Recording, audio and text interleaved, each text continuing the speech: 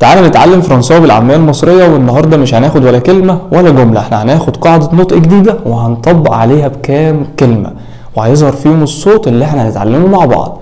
على سبيل المثال النهاردة هناخد القاعدة دي، هي قاعدة من ضمن القواعد اللي موجودة في كتاب حريف صوتيات. حلو، بيقول لنا ايه من ضمن الحاجات؟ بيقول لك من ضمن الانواع بتاعت الاصوات المتحركة اول حاجة فيها اسمها اصوات متحركة شفهية. طيب اصوات متحركة شفهية بسيطة. اول بقى حاجة من ضمن الاصوات الشفهية البسيطة الصوت، ركز، اول صوت فيها اسمه اي، ركز، اي اي اي. حلو قوي، اي اكنك كتبت الف تحتها همزة ويه يه يه يه يه اي. زي الكلمات مثال بقى، اسمع وركز.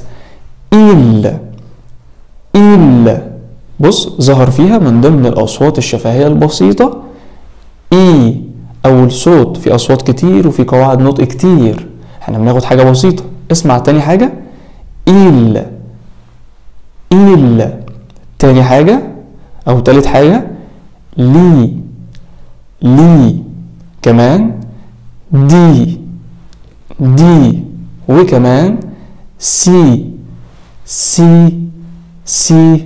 يبقى احنا عندنا قاعدة بتقول لك ان الاصوات المتحركة اول نوع في الاصوات المتحركة، لان الاصوات المتحركة 3 انواع.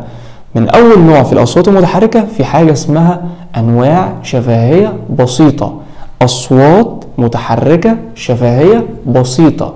واول صوت في الاصوات الشفهية المتحركة البسيطة القمر دي صوت اسمه اي. اي بتسمعه في الكلمات وبيظهر في حرف مين؟ اي، وبيظهر في كذا حاجة تانية.